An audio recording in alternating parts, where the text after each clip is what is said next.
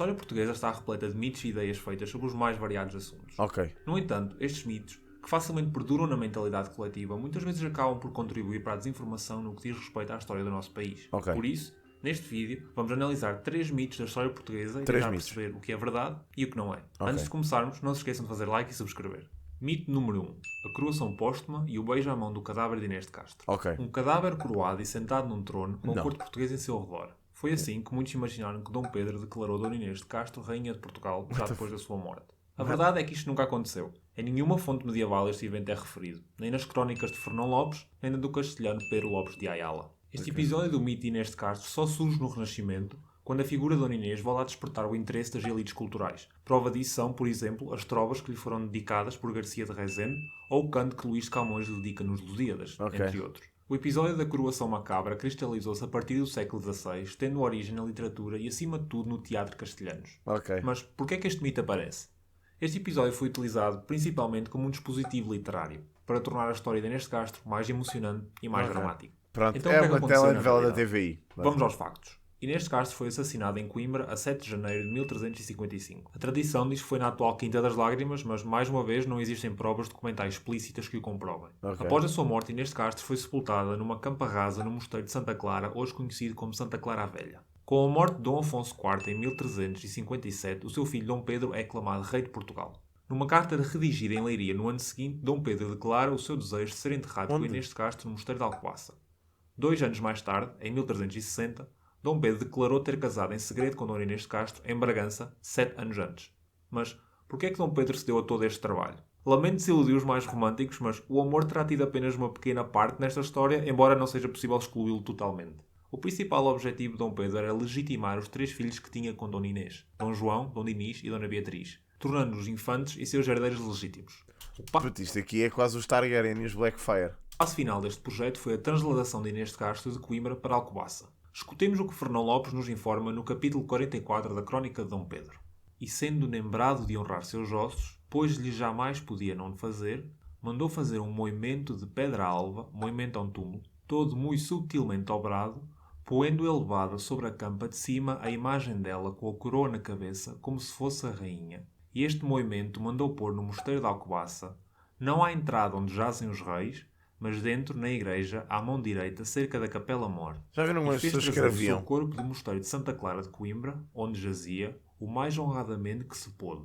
Cá ela vinha em umas andas muito bem corrigidas para tal tempo, as quais traziam grandes cavaleiros, acompanhadas das grandes fidalgos e muitas outras gentes e donas e donzelas e muita cleresia. Pelo caminho estavam muitos homens com círios nas mãos, de tal guisa ordenados, que sempre o seu corpo foi por todo o caminho por entre círios acesos. E assim chegaram até ao dito mosteiro, que era dali 17 léguas, onde com muitas missas e grandes solenidades foi posto naquele moimento, e foi esta a mais honrada transladação que até aquele tempo em Portugal fora vista. Ok. Ou seja, depois dos 2 a 3 dias em que se calcula ter demorado a transportar o corpo de Inês de Castro para Alcobaça, este foi simplesmente depositado no túmulo com grandes missas e solenidades. Portanto, nada de coroação e nada de beijo à mão do cadáver. Yeah. Mito número 2. A Batalha de Aljubarrota e a técnica do quadrado.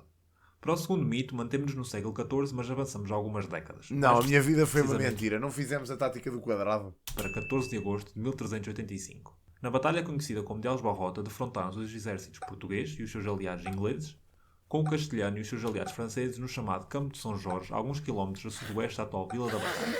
Muitas vezes é repetido que os portugueses conseguiram vencer a batalha contra os castelhanos através da utilização da técnica do quadrado, supostamente ensinada pelos ingleses aliados dos portugueses.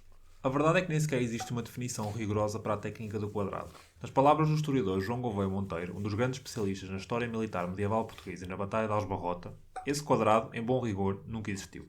Então, afinal, que táticas é que contribuíram para a vitória portuguesa? Em primeiro lugar, é necessário referir que o exército castelhano não entrou em Portugal para uma batalha campal com o exército português, mas sim para colocar a cidade de Lisboa debaixo de cerco, como já tinha feito no ano anterior. Ok. A Batalha de Aljubarrota só aconteceu porque o exército português interceptou a hoste castelhana e estes Yeah. foram obrigados a lutar. Claro. Os portugueses escolheram o local da refrega e a sua posição no campo de batalha, o que lhes deu uma grande vantagem logo de início.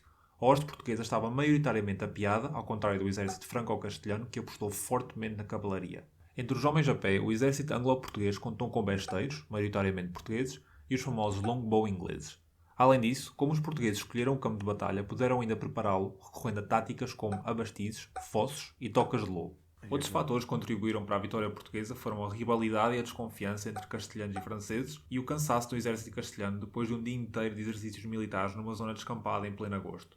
Aliás, no momento da batalha, que ocorreu por volta das 6 da tarde, grande parte da coluna Ganda castelhana ainda nem stream sequer tinha snipe. chegado ao campo. Isto cá para mim foi stream snipe, man. Os tugas devem ter visto onde é que os gajos andavam antes, previamente, através da stream de um gajo qualquer castelhano, do rei castelhano, e apareceram lá e mataram-nos todos. São Jorge. Para mim E nem muitos sequer faz chegaram a sentido. ver a batalha, que se calcula ter durado mais ou menos cerca de 1 hora.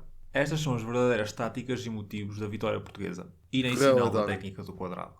Mito número 3. Dona Catarina de Bragança e o chá das 5 inglês. A tradição diz que foi Dona Catarina de Bragança que introduziu o chá em Inglaterra quando o seu casamento com Carlos II em 1661. Neste caso, o mito não está muito longe da verdade, mas não é correto dizer que Dona Catarina introduziu o chá em Inglaterra.